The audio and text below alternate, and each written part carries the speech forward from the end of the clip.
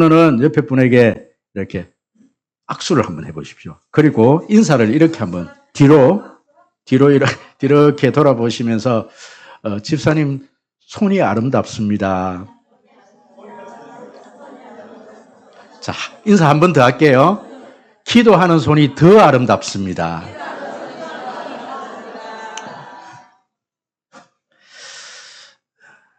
오늘날 우리는 참으로 피곤하고 지치는 시대를 살아가고 있습니다. 몇 해 전 미국의 한 응급실 의사에 대한 기사가 큰 화제가 된 적이 있습니다. 코로나 팬데믹 기간 동안 이 의사는 하루에 14시간이 넘는 근무를 수개월 동안 그렇게 했다고 합니다. 수많은 환자를 살려냈지만 정작 자신의 영혼은 점점 메말라갔습니다. 어느 날 아침에 출근을 하기 위해서 차에 앉아서 키를 이렇게 돌리는데 손에 힘이 들어오지 않는 겁니다.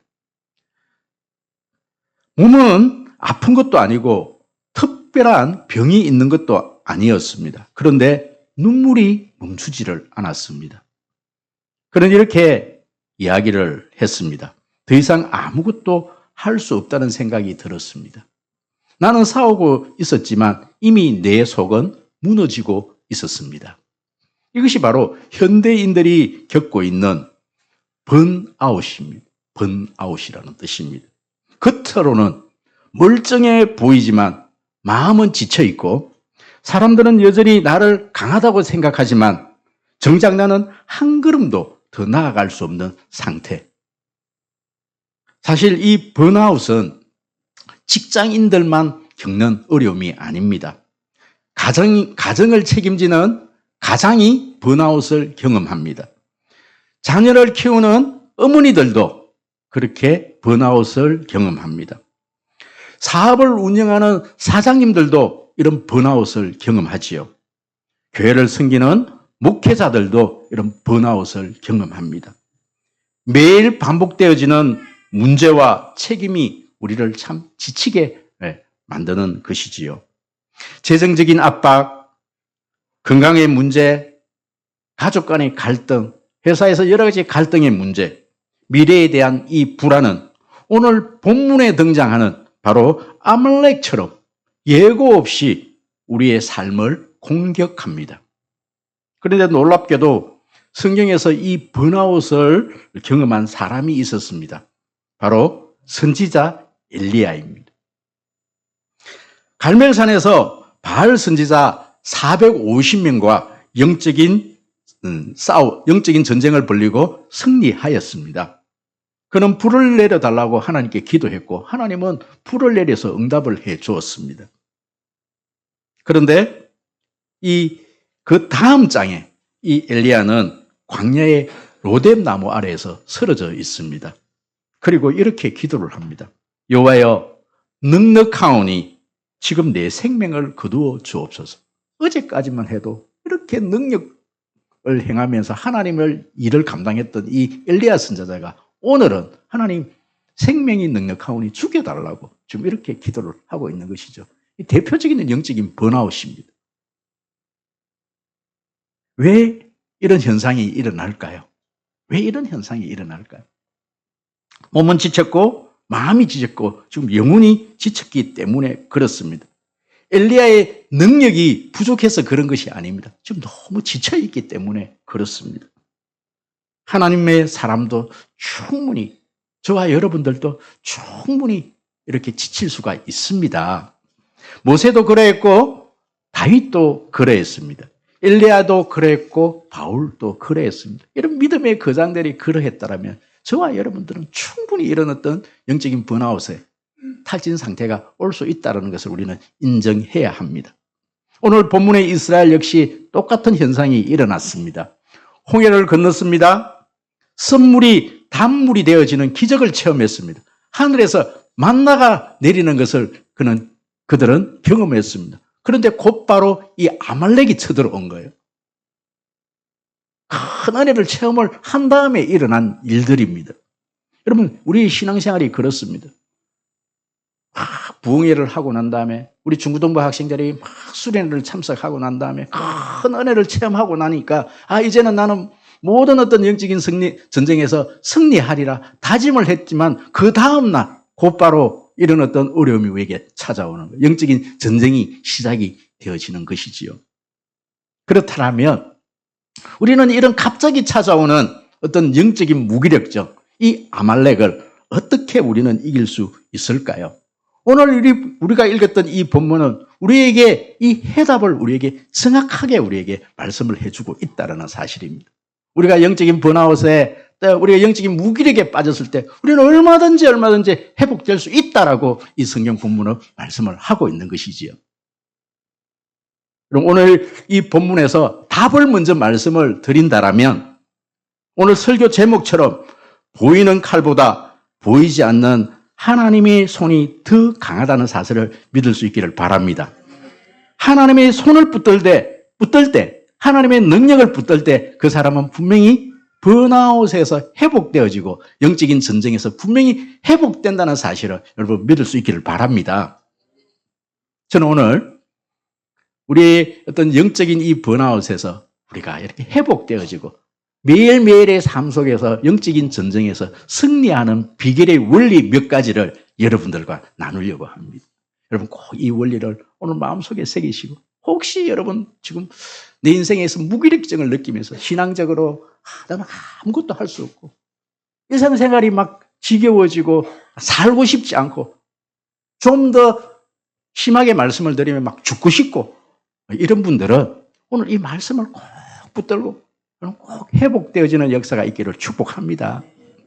오늘 그 첫 번째 원리, 여러분 그 첫 번째 원리는 골짜기에 칼만 의지하지 말고 산 꼭대기에서 기도의 손을 들어야 합니다.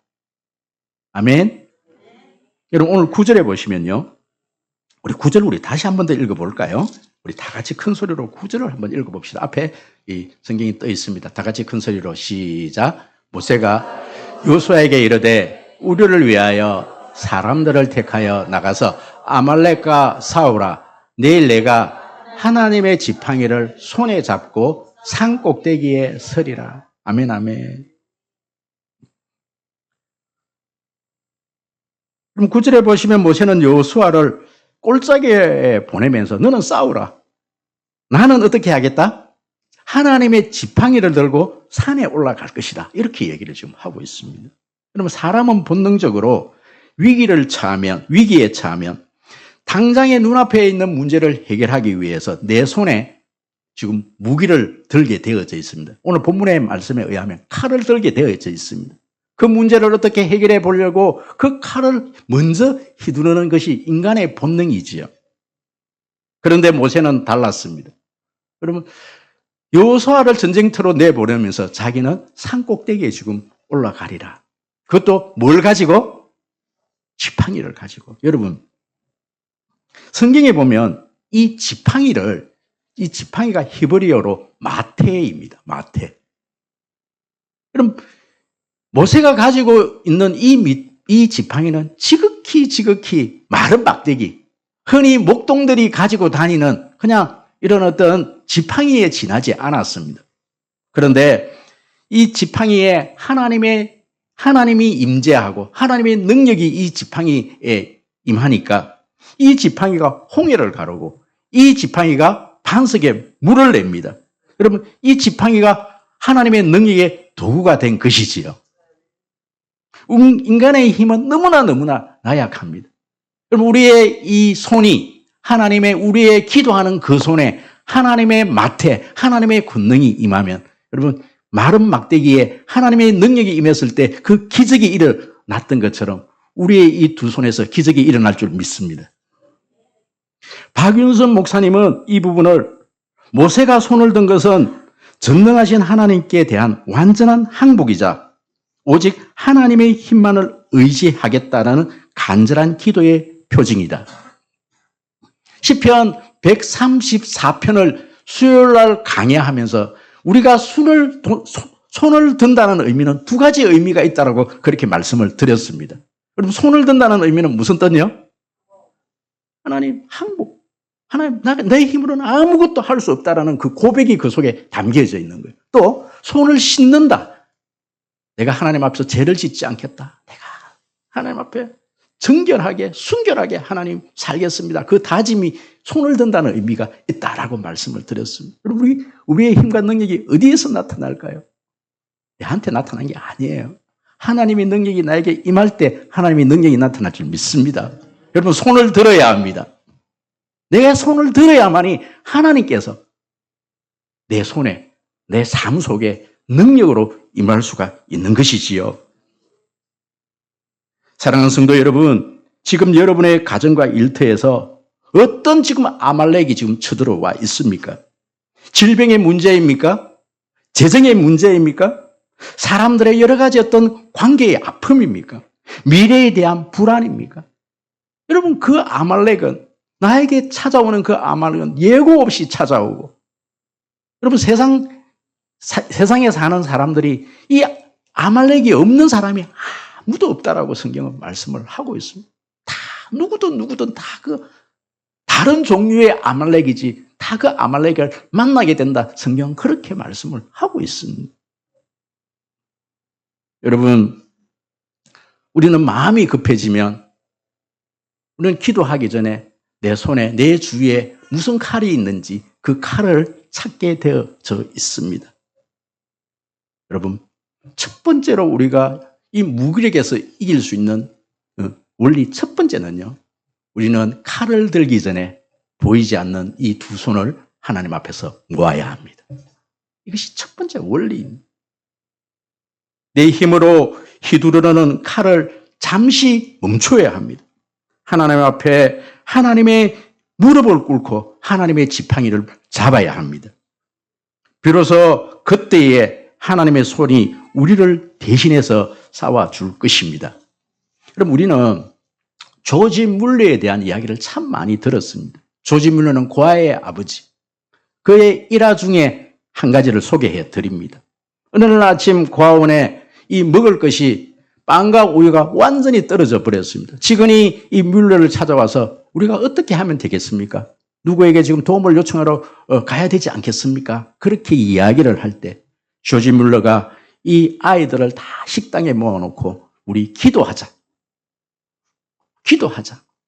여러분, 그랬을 때 그는 그 누구에게도 그 직원들에게 재정을 요청하라고 말하지 않았습니다. 먼저 아이들을 모아놓고 우리 기도하자. 여러분, 그렇게 조지 물러가 기도를 했을 때 어떤 기적의 역사가 일어났는가 하니까 마침 기도가 딱 끝이 나니까 밖에서 똑똑똑 문을 두드리는 거예요. 그 마을에 있는 빵집 아저씨가 빵을 한 차를 가지고 한 마차에 한금 싣고 공원에 온 거예요. 어젯밤에 하나님께서 밤에 잠을 안 재우시고 잠을 못 자게 하시더래요. 그런데 갑자기 그 마음속에 이 고아원에서 빵을 좀 구워주라 그런 감동을 주셨대요. 그래서 밤새도록 빵을 구워갖고 아침에 가져왔다라는 거예요. 그리고 곧이어서 또 똑똑똑 문을 두드립니다. 어느 마차가 한 대 들어오는데 우유를 배달하는 이 마차가 고장 맞죠? 부셔져 갖고 우유를 이대로 내버려 두면은 상해서 못 먹으니까 고아원에 갖다 주라는 그런 감독이 있어서 가져왔다라는. 그런 아침 이 조지 물러와 이 아이들은요 풍성한 식사를 나누었습니다.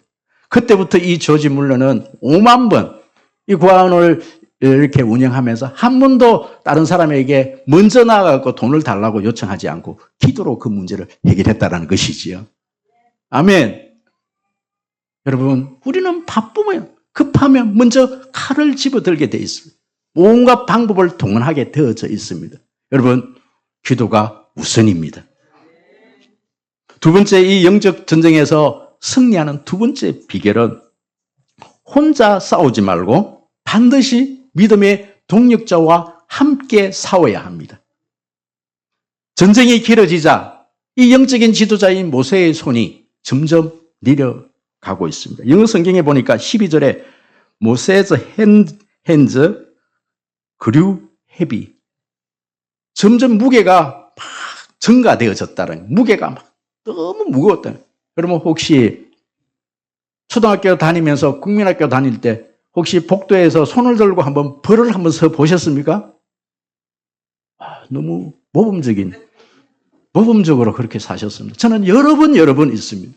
손을 들고 있다 보면 이쪽 선생님이 지나가면서 머리를 쿡 집어가면서 네가 무슨 잘못을 했느냐고. 손이 조금만 내려가면 다른 선생님이 와서 또 머리를 집어가면서 네가 무슨 잘못을 했느냐고. 그럼 손 한번 들어볼까요? 오늘 하루 온종일? 온종일 손을 들고 있을 수 있던가요? 아니에요. 이 영적인 지도자인 모세의 손이 점점 내려가는 거예요. 점점 내려갑니다. 이때에 여러분 이것이 인간의 한계임을 인정해야 합니다. 어떤 영적인 지도자일지라도 피곤하면 손이 내려가는 것이 피곤하면 손이 내려가는 것. 그때 하나님은 아론과 훌을 그의 통역자로 세우시고 여러분 돌을 삭게 해서 해가 칠 때까지 그 손을 들게 했습니다. 매튜 헨리는 이 부분에 대해서 어떻게 말씀을 하고 있는가 하니까 이렇게 말씀을 하고 있습니다. 아무리 위대한 하나님의 종이라도 형제들의 도움이 없이는 온전할 수 없다. 교회의 승리는 위대한 개인의 독단이 아니라 위대한 어떤 지도자 한 사람에 의해서 되어지는 것이 아니라 성도들의 거룩한 연합을 통해서 이루어진다. 여러분, 우리가 영적 전쟁에서 혼자 싸우지 말고 반드시 공동체와 함께 해야 되는 이유가 어디에 있는 거 아니까? 베드로전서 5장 8절에 보니까 너희 대적 마귀는 우는 사자처럼 두루다니며 삼킬 자를 찾는다. 그렇게 말씀했습니다. 여러분 밀림의 초원 이런 어떤 TV에 다큐 이런 거 보면요. 저는 그게 참 재미가 있더라고요. 여러분 사자들이 어떤 소떼 말들이 막 이렇게 모여 있는 그 떼에 있는 짐승을 먹잇감으로 덮치던가요? 그런 부분은 없어요. 언제나 이 사자 무리들은 그 무리에서 이탈한 나약한 짐승 한 마리를 그렇게 타겟으로 먹잇감으로 그렇게 삼습니다. 나 혼자서 신앙생활을 할 수 있다는 이 교만이요. 사탄이 가장 좋아하는 먹잇감이라고 합니다. 내 혼자서. 그냥 조용히 왔다가 조용히 가고 조용히 와서 기도하고 혼자서 기도하고. 여러분 이것만큼 사탄의 좋은 먹잇감이 없다라는 것이지. 여러분 그런데 기억해야 될 내용이 우리가 공동체 안에 들어오는 것만으로 여러분 충분하지 않다라는 사실입니다. 제가 오늘부터 여러분 수보 중앙에 보시면 우리가 나눔지를 조금 바꿔봤습니다. 관찰 질문, 해석 질문, 적용 질문. 사실 이게 좀 힘들면 다음 주부터 제가 다시 바꿀게요. 바꾸는데 그러면서 제일 밑쪽에 책 2권을 제가 소개를 해두었습니다. 제 설교에 있어서 가장 많이 참고를 하고 또 인용을 한 그 책을 제가 소개를 해두었습니다. 여러분 이번에 소개했던 책이 뭐냐면 첫 번째 소개했던 책이 신도의 공동생활 디트리히 본헤퍼. 이 본헤퍼는 독일의 신학자이고 목사님이신데요. 이분이 정말 어려운 가운데 그렇게 교회를 하신 분입니다. 여러분 꼭 사실 여러분 제가 소개를 해드리는 이 책을 할 수만 있다면 우리 리더들이 일주일 동안 한번 사서 한번 읽어보면 너무너무 좋은데 책값이 비싸서 조금 힘드신 분은요. 혹시 저는 이런 방법을 씁니다. 물론 유료로 제가 해서 무료가 될지 안 될지는 여러분 잘 모르겠지만 요즘은 챗GPT 아시죠? 무료 버전이 될지 안 될지는 제가 못 해봤는데 저는 유료를 쓰니까 거기에 이 책 제목과 지금 저자를 딱 넣고 이것을 A4지 10장으로 요약해줘. 이렇게 하면은 이 책을 읽지 않아도 이 내용이 무슨 내용인지 정확히 핵심만 정확히 우리에게 소개를 해줍니다. 제가 이번에는 그렇게 했습니다. 그래서 제가 이 책이 너무 좋은 것 같으면 또 서점에서 주문을 해서 읽기도 하고 그렇습니다. 그래서 우리가 이렇게 지평을 넓혀가는 거예요. 여러분 교회 공동체에 대해서 이 본헤퍼 목사님과 제가 한 권 더 소개해줬던 이 책이 너무너무 중요한 책입니다. 그중에 이 본헤퍼 목사님께서 신도의 공동생활이라는 이 책에서 제가 일부만 제가 발췌를 해서 여러분들에게 소개를 해드리면 이런 겁니다. 공동체에 대한 불평이 얼마나 위험한지를 이렇게 경고를 하는데 꿈꾸는 공동체를 사랑하는 사람보다 우리가 어떤 공동체를 꿈을 꾸잖아요. 이런 공동체가 되었으면 좋겠다. 이렇게 꿈꾸는 사람보다 실제 이 공동체, 내가 속해 있는 이 공동체를 사랑하는 사람이 진정한 공동체를 세우는 사람이다. 그렇게 말씀을 하시면서 많은 사람들이 하나님께서 지금 내게 주신 교회에 대해서 감사하지 못하고 더 좋은 교회, 더 좋은 공동체, 더 좋은 새 목장, 구역 이런 것들을 찾는 사람들이 있는데 이 보네포 목사님은 그런 사람들이 바로 공동체를 무너뜨리는 사람들이다. 이렇게 지적을 하고 있습니다. 왜냐하면 우리가 지금 속해 있는 이 공동체는 내가 선택한 공동체가 아니고 하나님께서 주신 공동체입니다. 옆에 있는 이 지체, 여러분 지금 아내, 내 남편, 특히 가정 공동체가 가장 큰 공동체 아니겠습니까? 가정에서 여러분 남편을 내가 선택한 것이 아니라 물론 여러분 분명히 그렇게 말씀하실 겁니다. 내가 프로포즈해서 내가 선택했다고. 여러분 그렇게 말씀하실 수 있습니다. 하지만 내가 프로포즈해서 내가 선택한 것이 아니라 누가 주신 분이다? 하나님 주신. 제가 어제 우리 하윤이 돌은 아닌데 일찍 가서 제가 말씀을 이렇게 좀 나누는데 첫 번째 말씀이 뭐냐면은 지금 이 하윤이는 물론 당신들이 낳았지만 하윤이는 하나님께서 주신 하나님의 선물입니다. 저는 우리 공동체의 내 지체 좀 부족하고 연약해도 이 지체는 누가 허락하신 하나님이 주신. 여러분 보네포 목사님이 그걸 얘기를 하는 거예요. 여러분 아론과 훌이 완벽한 사람이 아니었습니다. 정말 이 아론 형인데도요. 보십시오. 형이 자신이 두 돌판 10계명 받으러 간 동안에 밑에서 우상 만들어갖고 이랬던 형입니다. 여러분 참 부족한 형이었지만 하나님께서 이 형을 동력자로 지금은 기도의 동력자로 붙여주고 있는 모습을 우리가 보게 되는 것이지. 여러분 그렇습니다. 우리 역시 하나님께서 지금 내 곁에 붙여주신 믿음의 이 형제를 감사함으로 받을 수 있는 여러분 되시기를 축복합니다. 여러분 혹시 밀폐공간 2인 1조 작업이라는 안전수칙에 대해서 들어보셨습니까? 회사에 다니시는 분들은 또 그 위험한 어떤 회사에서 일을 하시는 분들은 반드시 이 원칙을 준수해야 합니다. 눈에 보이지 않는 유독가스나 가스가 맴도는 위험한 현장일수록 작업자는 결코 혼자서는 들어가서는 안 된다. 반드시 생명줄을 쥐고 지켜봐주는 2인 1조 안전수칙. 여러분 왜 그렇습니까? 가장 위험한 순간에 그 위험을 알리고 위험의 그 생명줄을 담겨줄 수 있는 한 사람이 반드시 곁에 있어야만이 그 현장에 들어갈 수 있다. 그런데 여러분 지난 2016년 온 국민의 마음을 아프게 했던 구의역 스크린 도어 여러분 이 사건을 기억하십니까? 며칠 전에 뉴스에 이 장면이 또 한 번 등장을 하더라고요. 제가 그 뉴스를 보면서 당시 작업 매뉴얼이 있었습니다. 2인 1조씩 그렇게 하도록. 그런데 재정이 부족하다, 인력이 부족하다라는 이유로 그 매뉴얼대로 지켜지지 않았던 거예요. 여러분 지하철이 들어오는데 혼자서 그 밑에서 작업을 하다가 목숨을 잃었던 사고이지요. 그 TV에 그 20대 초반의 청년이 아직까지 이 점심으로 먹지 못했던 뜯지 않은 그 컵라면 그것이 또 보여주더라고요. 여러분 그 컵라면을 보면서 얼마나 우리 지금 자녀들이 현장에서 일하는 그 모습이 막 오버랩되면서 마음이 얼마나 아픈지.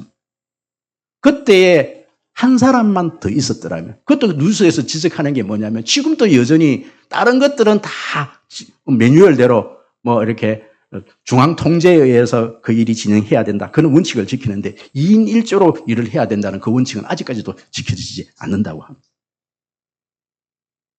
여러분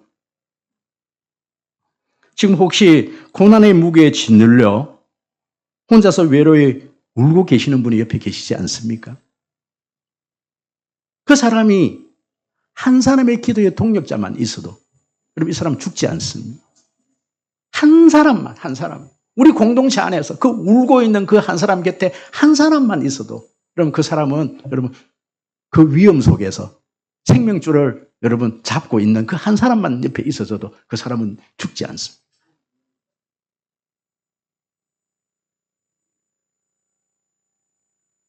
우리는 공동체에 그냥 이렇게 출석하는 것으로만 일주일에 주일날 한 번 와서 예배 드리는 것으로만 만족하면 안 됩니다. 여러분 우리 공동체가 비록 힘이 들고 아픔이 있고 참 내 상처를 드러내기에는 아직까지 미성숙하고 여러 가지 어떤 힘듦이 있어도 그럼에도 불구하고 우리는 이 공동체를 받아들여야 합니다. 나의 부끄러움, 아픔과 기도의 제목을 솔직히 나누고 서로의 기도를 붙잡아주는 영적인 연대가 있어야 합니다. 그럼 힘이 들어도 그럼 보십시오. 여러분 가정에 우리 자녀들이 좀 미숙한 자녀가 태어났다고 해서 여러분 그 자녀를 내 가족 호적에서 파버립니까? 그럴 수는 없는 거예요. 그럴 수는 없는 거예요. 여러분 가정에서 우리가 그 가족 때문에 어떠한 경우에도 그 가족을 품던 것이 여러분 가족입니다. 좀 힘이 들어도 내하고 성격이 맞지 않아도 우리 두 아들이 성격이 서로 너무 안 맞지 않아요. 달라도 어떻게 그렇게 다를 수가 있고 또 저와 제 아내는 정말 성격이 달라도 너무너무 달라요. 근데 요즘 너무 잘 살고 있습니다. 시간이 지나면 지날수록 옛날에 비해서 이제는 많이 안 싸웁니다. 잘 살아. 서로 맞추어지더라고요. 영적인 전쟁 승리의 세 번째 원리, 중요한 원리 한 가지 더 말씀을 드리고 말씀을 정리하려고 합니다. 세 번째 원리는 기도의 응답을 믿고 일상의 골짜기에서 치열하게 전쟁을 치러야 합니다. 아멘.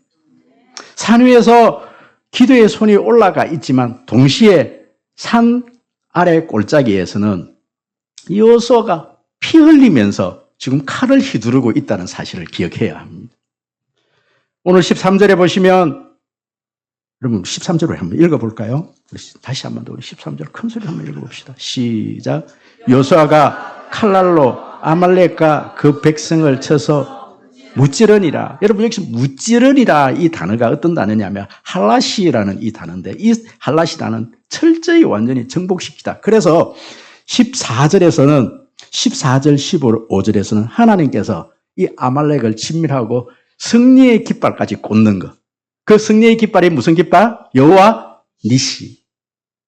여러분 승리의 깃발까지 꽂아야 합니다. 완전히 몰아내야 되는 거예요. 그런데 그것이 기도의 손으로만 그것이 이루어졌나요? 그렇지 않습니다. 느헤미야는요, 이스라엘 자신의 고국에 이 성벽이 다 무너지고 성전이 다 무너졌다는 소식을 들었습니다. 몇 개월 동안 금식하면서 울면서 기도했습니다. 그런데 이 느헤미야가 기도만 했을까요? 아니에요. 왕에게 찾아가고 자신의 어떤 얘기를 다 이야기를 하고 왕을 설득시키고 또 사람들을 모집해서 조직을 하고 다시 고국으로 돌아올 사람들을 모집하고 또 실질적으로 고국에 돌아와서 실질적으로 성벽을 쌓는 일을 한 거예요. 성벽을 쌓는 일을 했습니다. 그러면 성벽을 쌓을 때 52일 만에 그것이 완성이 됐는데 한 손에는 칼을 들고 한 손에는 연장을 들고 한 손에는 영적인 싸움을 싸우고 한 손에는 연장을 들고 일을 직접적으로 한 거예요. 여러분 기도만 한다고 이루어질 일이 아닌 거예요. 실질적으로 온전한 순종을 통해서 하나님은 역사하십니다. 하나님은 기도하는 사람을 통해서 일하지만 동시에 순종하는 사람을 통해서 역사하십니다. 여러분, 우리가 설교 시작을 하면서 손을 잡아주면서 우리 한 번 더 해볼까요? 손 옆에 한번 잡아볼까요? 기도하는 손이 아름답습니다. 인사 한번 더 할까요? 여러분 한번 보십시오. 우리는 일반적으로 물론 우리가 기도의 손을 모으지 않아도 우리는 기도를 할 수 있습니다. 가정에서 이 어머니들이 설거지를 하면서 그렇게 기도할 수 있고 또 버스를 타고 가면서 그렇게 무시기도라 하죠. 그렇게 기도를 하지만 우리는 일반적으로 기도를 한다 그러면 어떻게 기도하는 모습을 떠올리게 됩니까? 두 손을 모은다. 여러분, 두 손을 모으기 위해서는요, 내가 일상적으로 하는 그 일을 잠시 멈춰야만이 이 두 손을 모을 수가 있는 거예요. 일상생활을 하지 말라고 하는 게 아닙니다. 여러분, 이제 다시 우리가 처음 이 설교의 앞으로 돌아가서 우리가 영적으로 번아웃이 되고 무기력해지고 탈진이 되었다. 그럼 제가 여러분들에게 질문을 한 가지 해볼게요. 감기에 들리고 우리가 병이 났을 때는 의사 선생님들이 대부분의 우리 몸에 뭐가 깨어졌다라고 얘기합니까? 밸런스가 뭐가 한계가 호르몬이 뭐가 더 나오든지 안 나오든지 정상적인 어떤 기능을 못할 때 우리는 그것을 질병이다. 뭐가 문제가 생겼다. 이렇게 얘기를 하는 거예요. 그럼 우리가 지금 번아웃이 됐다. 영적으로든 육적으로 우리가 지금 번아웃이 됐다. 그러면 지금 우리가 이게 뭐가 문제가 있을까요?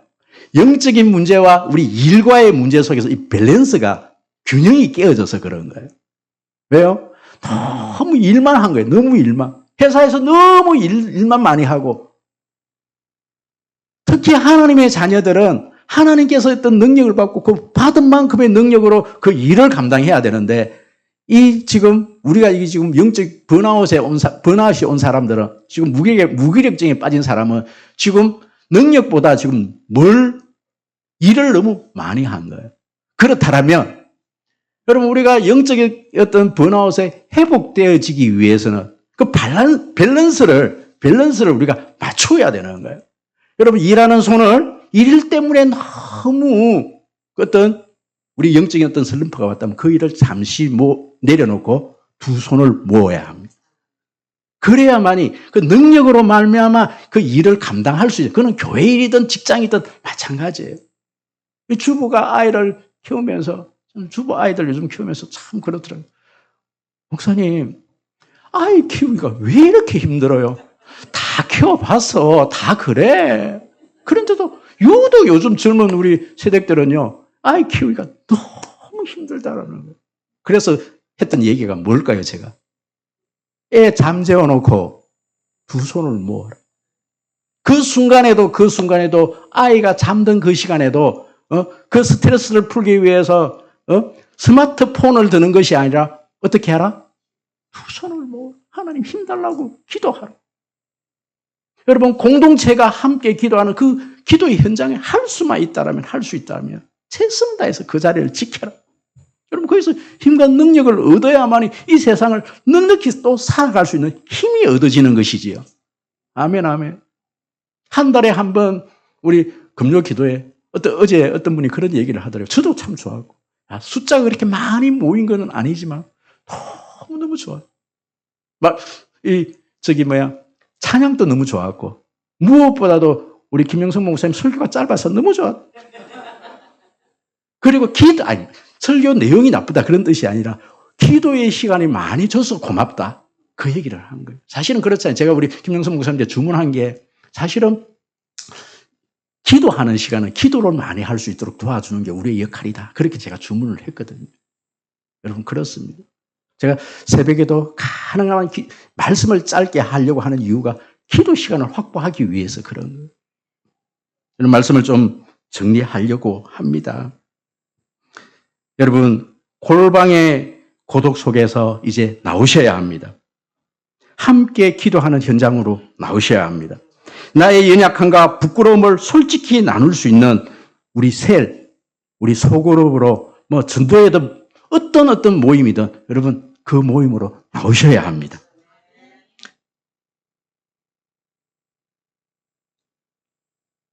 그리고 한 가지, 여러분들이 자신이 누군가의 손을 붙들어주는 생명줄이 되어야 합니다. 산 위에서는 함께 손을 맞잡았을 때 산 아래서 여러분의 일상과 일터, 가정에서 승리하는 요소와의 기적이 우리가 일어납니다. 여러분, 제가 이제 말씀을 정리하는데요. 지금까지 제가 설교를 이렇게 몇 가지로 했던 그 이야기들보다 가장 중요한, 그 어떤 것보다 더 중요한 이 한 가지의 말씀을 여러분께 드리고 말씀을 좀 정리하려고 합니다. 여러분, 그렇습니다.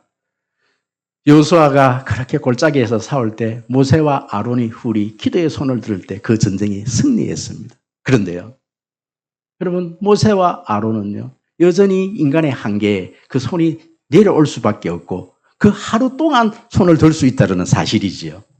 여러분, 인간의 그 동력자는요, 한계가 있다는 사실을 아셔야 합니다.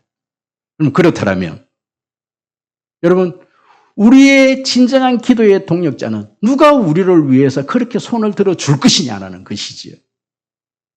바로 예수 그리스도는요, 십자가 위에서 못이 박혀서 그 손을 내린 적이 없습니다. 그 손은 우리의 죄를 감당하신 손이십니다. 그분은 지금도 하나님의 우편에 서서 우리를 위해서 두 손 들고 우리를 위해서 중보하고 계시다 말씀하십니다. 우리의 승리는 우리의 기도의 실력에 있지 않습니다. 기도는 우리의 공덕을 쌓아서 하나님의 어떤 뜻을 이루는 그 도구가 아니라는 말씀이죠. 여러분, 기도라는 것은 하나님, 내가 아무것도 할 수 없습니다라는 그 의미지요. 여러분, 그때 하나님의 능력이 임할 줄 믿습니다. 그리고 그 무엇보다도 우리 예수 그리스도께서 우리의 기도를 돕고 있다는 사실을 잊지 않기를 바랍니다. 믿음 생활은 홀로 견디는 독방 생활이 아니라 함께 생명을 살리는 수수실과 똑같습니다. 사랑하는 속림 성도 여러분, 누군가를 살려내는 거룩한 동력자로 사시는 여러분 되시기를 축복합니다.